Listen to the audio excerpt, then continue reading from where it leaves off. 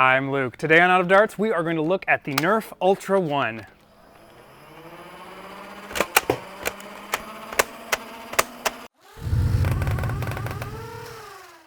At the beginning of October, we saw the release of the Nerf Ultra 1.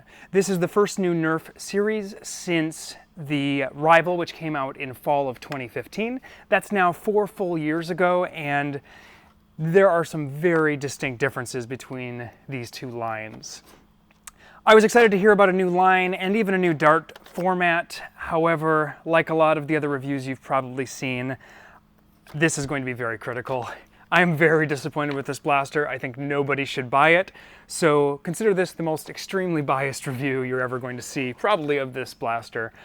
It's no surprise that Nerf Rival is one of my favorite series of all times. There are a lot of mods that I've done for the Nerf Rival brand, and I think it's one of the most innovative and successful things that Hasbro has done in ages. Judging by what we see at games and see online and see in videos, the Rival series has been extremely successful and very popular. This is not going to be that kind of series. Hasbro has seen increased competition both in third-party rounds for the Rival blasters and their dart blasters, and this blaster is clearly nothing more than an attempt to make a lot of extra money on an exclusive proprietary dart type. This would all be fine if the blaster actually performed and if Hasbro didn't use dubious marketing claims when selling this blaster. On the box of this blaster, and funny enough, as Jangular and Wacom S7 pointed out, on the box of the darts themselves, they claim that these shoot 120 feet. It's rather hilarious to put a range claim on a dart. Think about that for a second. I could shoot this through an actual firearm, and yes, it would go 120 feet as claimed, but that has nothing to do with how it was fired or how you're going to get that performance claim.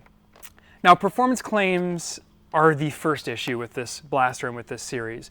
Hasbro says 120 feet on the box. In my testing, out of 50 shots, that's 2 full drums on brand new batteries, this will not hit 100 feet. I have no idea why Hasbro would put such excessive claims on a product like this, other than to sell to unknowing consumers. The darts fly marginally farther than an existing Elite blaster, and certainly when you compare it to a modded Elite blaster, it doesn't fire farther at all. At 50 United States dollars, this is not a deal. First, you get a blaster that doesn't perform as well as they say it does. Next, you get darts that cost 50 cents a piece and can only be bought by first party from Hasbro. And then third, you get a blaster that, in my opinion, is pretty darn average. I think the overall look of the blaster is cool aesthetically. The second you put your hand on the trigger, as an average adult large hands, this is extremely uncomfortable. Now, I do realize that this is marketed at kids. It's obviously not marketed at me, but a couple problems. First, I cannot get my full knuckle through here. Not that I need to get my full knuckle through here, but there is no additional space in this trigger well. Next, the sharp edges down here, they've got this odd lip that goes around the edges of the blaster that cuts into my hand and is really uncomfortable, actually leaving marks from using it just a little bit, because when I grip onto here, it's essentially pinching the skin at the base of my wrist. So the blaster doesn't perform well, it's not comfortable, it is not ergonomic. I don't know who designed this foregrip, but it is awful, and you should feel bad, because I can't hold this foregrip without doing some sort of funny... The natural position I want to hold this foregrip in blocks the rotation mech here, so I don't know if this is the angle they expect people to use, but it is, for me, not very comfortable. Now, it is possible that a 10-year-old, when grabbing this with shorter arms, maybe their elbow bends at just the right spot, so that, I'm exaggerating here obviously, but perhaps their hand is more here, so if they designed it there, maybe this spins perfectly for a kid. That being said, a lot of Nerf toys are bought by adults, including myself, and this review, or commentary more than anything, is really about the community, not about mass market. I don't think this is a good blaster for anybody.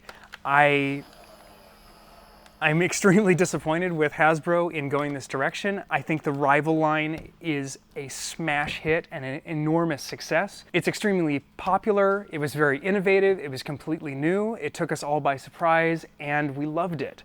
This is an obvious cash grab. It has no place in our hobby. I can't recommend against buying this blaster strongly enough. I don't think it has a place in our hobby, and I don't think it has a place in most consumer hands either. Do I actually like anything? I really don't. I'm sitting here trying to come up with something positive to say about the blaster, and the only thing I can think of is that I do love the drum mech. I like, just like the Incisor, I love this style because it's really great for topping off on the go. Good thing those darts are going to cost you 50 cents a piece. I just don't, I don't have any more words. This blaster just does not perform. Do not spend your money on it. Go buy something cool like the Percy's. It's like $80 on Target. Sometimes with a coupon as well, you can get it even less. I hope nobody buys this, and I hope we vote with our dollars and Hasbro stops making things like this. Sorry for the rant. This is not normally my style, but I thought it was worth talking about because there's a lot of commentary on there whether we're all being overly critical, and I don't really think we are. I think this is a bad product, and I hope you don't buy it. Thanks for watching. Let me know what you think of this blaster. I know it's very controversial overall. If you love it, I'd love to hear why you love it. If you disagree with any of my talking points, I would actually like to hear from someone that enjoys this blaster. Thanks for watching. Until next time, I'm out of darts.